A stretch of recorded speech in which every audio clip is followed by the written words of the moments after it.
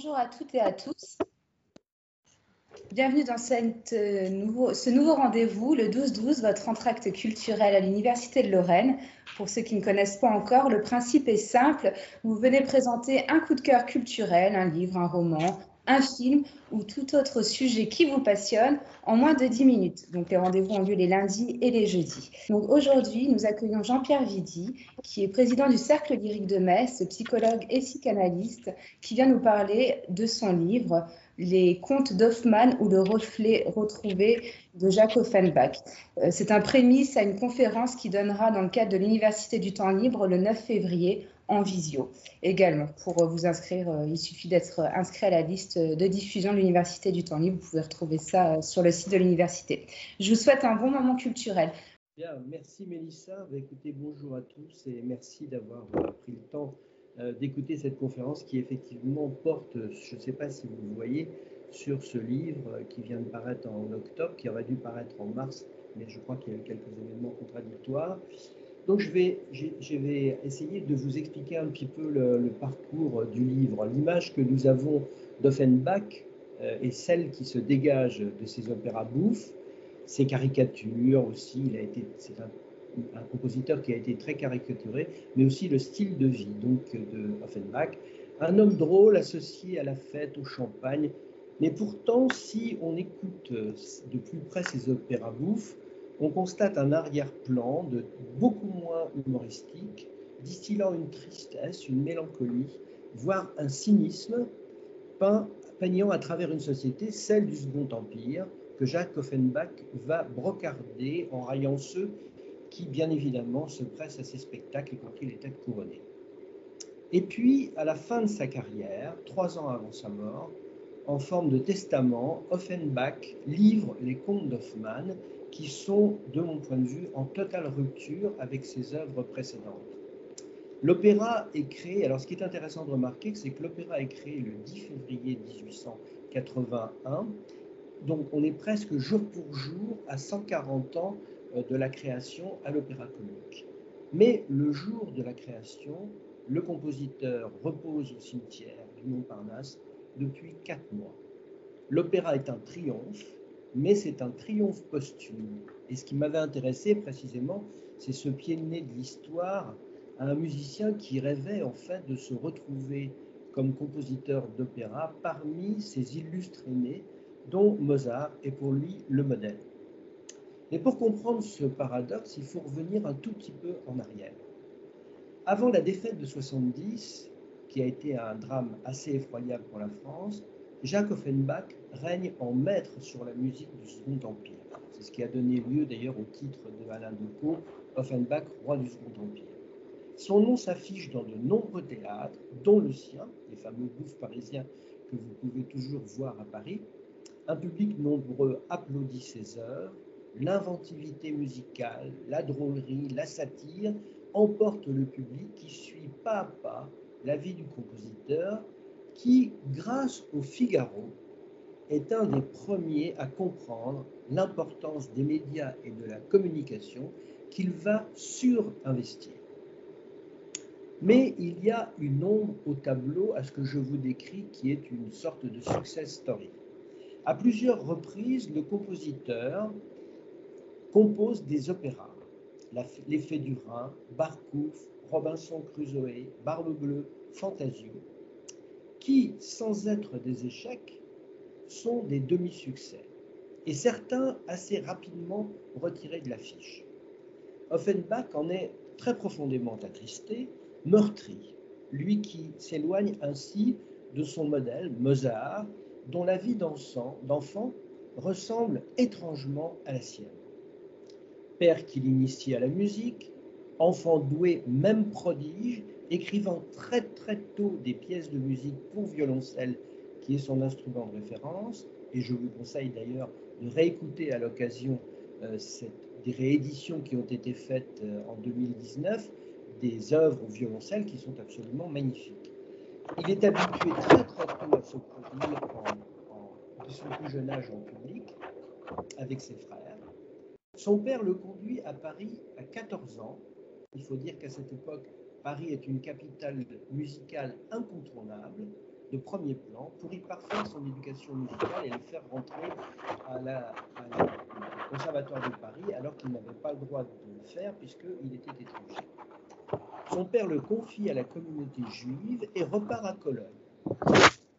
Obligé de travailler, écrira-t-il bien plus tard, à un âge où les enfants vont à l'école, privés de l'amour de ceux qui étaient de l'autre côté de la frontière, on voit donc qu'apparaissent des thèmes comme l'abandon, la coupure, le désespoir, la trahison, qui sont d'abord que j'ai évoqué tout à l'heure pour dire qu'il y a un arrière-plan de tristesse dans ses œuvres, y compris ses œuvres bouffes, et puis ça va former la trame sous-jacente des contes d'Hoffmann. La guerre de 70 précipite la chute du Second Empire. La France va se retrouver, si vous me permettez l'expression, un peu avec la gueule de bois, et ça va précipiter aussi la chute d'Offenbach. Par la satire faite aux militaires, par la satire des puissants ou des dieux, il est accusé de démoraliser les troupes et la population. En raison de ses ascendances allemandes, il est né près de Cologne, on l'accuse de propagande pro-allemande alors qu'il a été naturalisé français en 1860 et que, contre toute attente, il a embrassé la religion catholique pour se marier avec Herminie d'Alsain, une aristocrate. Cette éclipse que connaît Offenbach, habitué au succès, il y a quelquefois 20 ou 30 théâtres à Paris qui jouent ses œuvres, cette éclipse est mortifère pour le compositeur qui se bat avec ténacité pour revenir au premier plan. Il va travailler, Offenbach a produit à peu près 4 œuvres par an, puisque l'essentiel de sa production se base sur 20 ans. Il reconquiert peu à peu une place dans le paysage musical, même si ça n'est pas une place tout à fait de premier plan, parce qu'il va y avoir d'autres auteurs et d'autres compositeurs qui vont émerger et vouloir occuper le devant de la scène, et aussi les goûts de musique ont changé. Je veux dire, la franche rigolade, c'est un peu terminé. Mais revenons un peu en arrière. En 1851, Offenbach, il assiste à cette pièce de Barbier et Carré et il décide en 1877 d'écrire et de composer les contes d'Hoffmann. Il est alors malade, la goutte le fait terriblement souffrir, il est usé par une vie trépidante. Il y a beaucoup d'exemples de médecins qui se rendent compte de l'état dans lequel il est. Il est usé aussi par les fêtes, par le jeu. C'était un énorme joueur. Il avait une addiction au jeu et aussi par les femmes. Il a été aussi un très grand séducteur et bien évidemment, les divettes passaient d'abord dans son lit pour pouvoir avoir accès à la scène. Mais pour bien comprendre, c'est des thèmes, si vous voulez, qu'on va retrouver dans les contes. Mais pour bien comprendre la genèse des contes d'Hoffmann, il faut effectivement abandonner l'idée d'une sorte de coup de génie, parce que moi, c'est ce qui m'avait intéressé, c'est-à-dire que les gens qui écrivaient sur Offenbach n'arrivaient pas à comprendre pourquoi cet homme qui avait écrit tant d'opéras bouffes, tout d'un coup avait fait cette œuvre qui est prototypiquement, véritablement un opéra.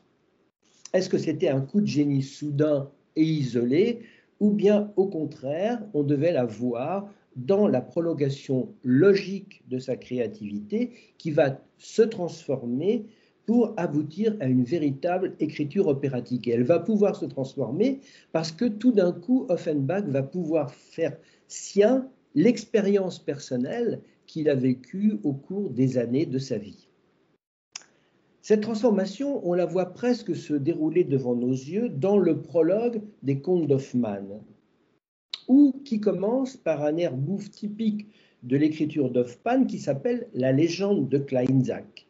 Et tout d'un coup, cet air bouffe va se déchirer, c'est une irruption, et tout d'un coup, elle se transforme en quelque chose de beaucoup plus opératique, beaucoup plus dans l'écriture de l'opéra, pour faire apparaître tout d'un coup la tristesse sous le rire, puisque Kleinsack se rappelle précisément le départ, je cite les paroles, de la maison paternelle. Donc vous voyez qu'on revient à ce que je vous disais tout à l'heure de son départ de Cologne. Et le visage, il parle aussi dans son chant du visage, et le visage qui est probablement le souvenir de cette mère qui s'éloigne et qu'il ne reverra plus. D'ailleurs, il y a des épisodes tragiques par rapport à cette question que je n'ai pas le temps d'aborder. Offenbach va donc avoir un personnage, Hoffmann, le personnage de l'opéra, qui devient alors peu à peu le double d'Offenbach, le compositeur, qui raconte au travers de lui son enfance et sa jeunesse. C'est ce qu'on va trouver dans le premier acte de l'opéra, qui est composé de un prologue, 3 actes et un épilogue. Il va raconter son enfance et sa jeunesse, Olympia, qui raconte l'histoire d'une poupée mécanique qui est activée pour se donner en spectacle, exactement ce qu'il a vécu en tant qu'enfant. Ensuite, le deuxième acte qui s'appelle Antonia, qui est aussi donc une femme qu'Hoffmann a connue dans l'histoire, et qui est en fait, qui découvre, qui montre la passion pour la musique et les risques que cela encourt pour celui qui est pris par cette passion. Enfin, le troisième acte, qui est l'acte de Venise, ce qu'on appelle l'acte de Venise, qui se passe à Venise, eh bien, ça montre en fait le désabusement et la désillusion, puisque la courtisane qu'il fréquente dans le troisième acte va lui demander pour la rétribuer de ses charmes, puisque c'était une courtisane, elle va lui demander quelque chose d'extraordinaire. Elle ne va pas lui demander de l'or, des bijoux ou des lingots ou des diamants. Elle va lui demander son reflet.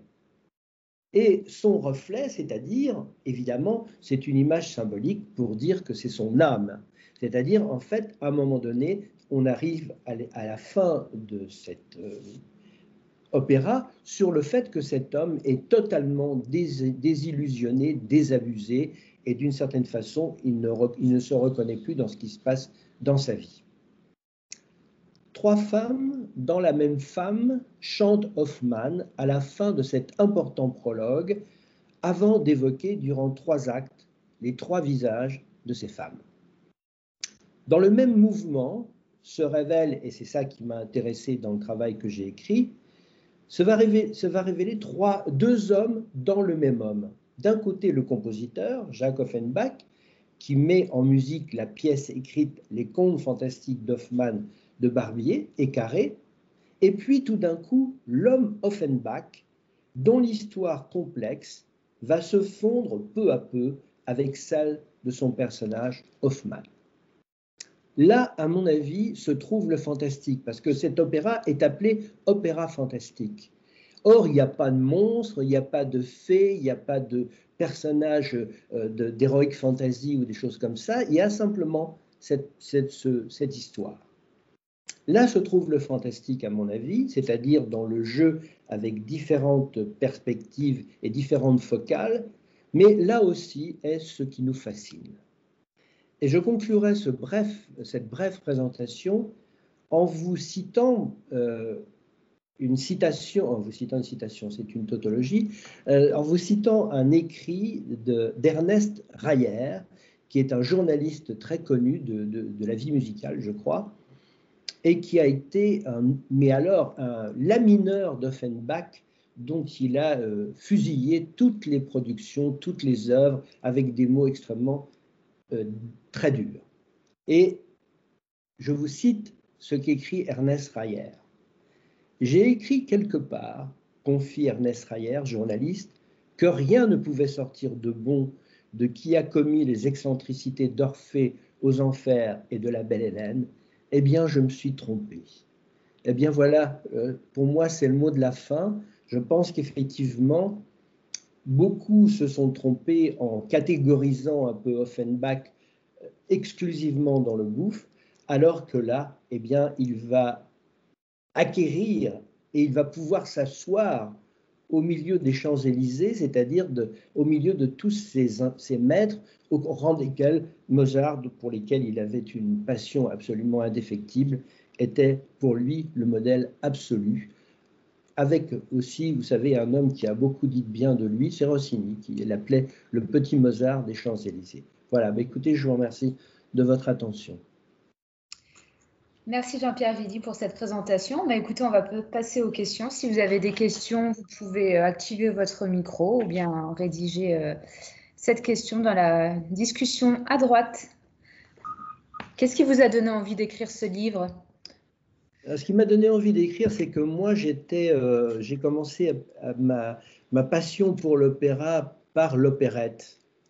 J'allais donc à l'opérette parce qu'on m'avait emmené à l'opérette quand j'étais enfant et moi j'ai emmené mes propres enfants à l'opérette totalement par tradition. Et je me souviens qu'une des premières opérettes d'Offenbach que j'ai vues, c'était La Grande Duchesse de Gerolstein, qui était d'ailleurs chantée par Françoise Pollet, qui à l'époque était une cantatrice en vue, sur la scène de l'Opéra-Théâtre à Metz.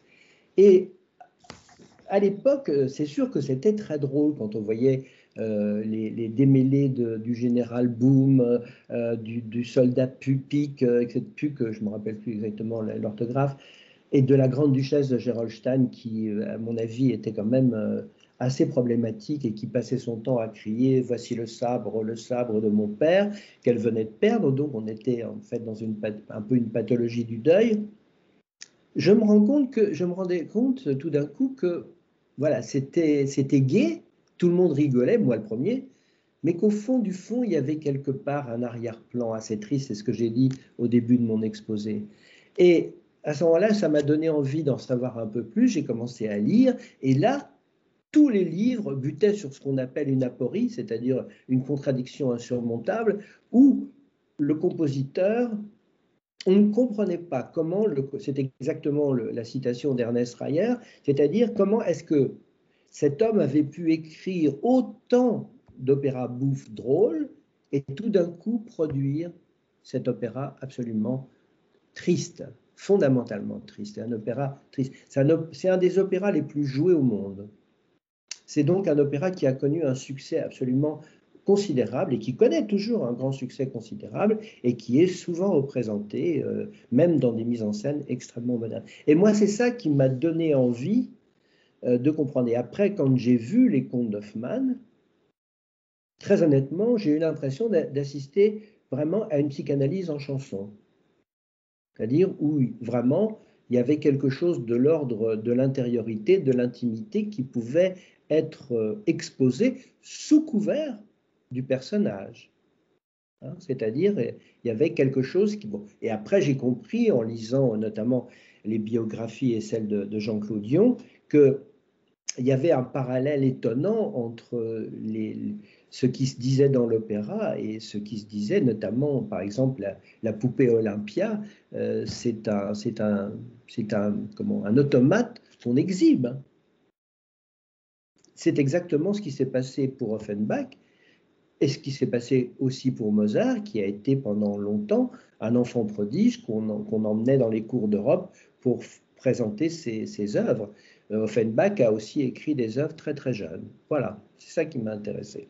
S'il n'y a pas d'autres questions ou d'autres remarques, on va pouvoir se quitter. Je vous souhaite à toutes et à tous une très bonne journée, un bon appétit. Je vous remercie beaucoup. Et merci beaucoup, Monsieur Vidy, pour d'avoir répondu favorablement à notre invitation. Ouais, merci beaucoup à vous de m'avoir invité. Et alors, évidemment, ce que j'ai fait maintenant est un peu succinct. Il est évident que quand je ferai une conférence plus longue, je me ferai un plaisir de détailler tout ça dans les arcanes de cet opéra que je vous conseille d'écouter et surtout de regarder dans la mise en scène qui a été faite à l'Opéra de Paris et qui a donné lieu à un DVD. La mise en scène a été faite par un grand metteur en scène, s'appelle Robert Carsen. Ça ne veut pas dire que les autres mises en scène ne sont pas bonnes, mais je trouve que celle-là, qui a été programmée par l'Opéra de Paris, est, je trouve, la plus respectueuse du texte et de l'esprit de la composition d'Offenbach. Voilà, je vous remercie. Merci Mélissa et merci à vous. à une prochaine fois.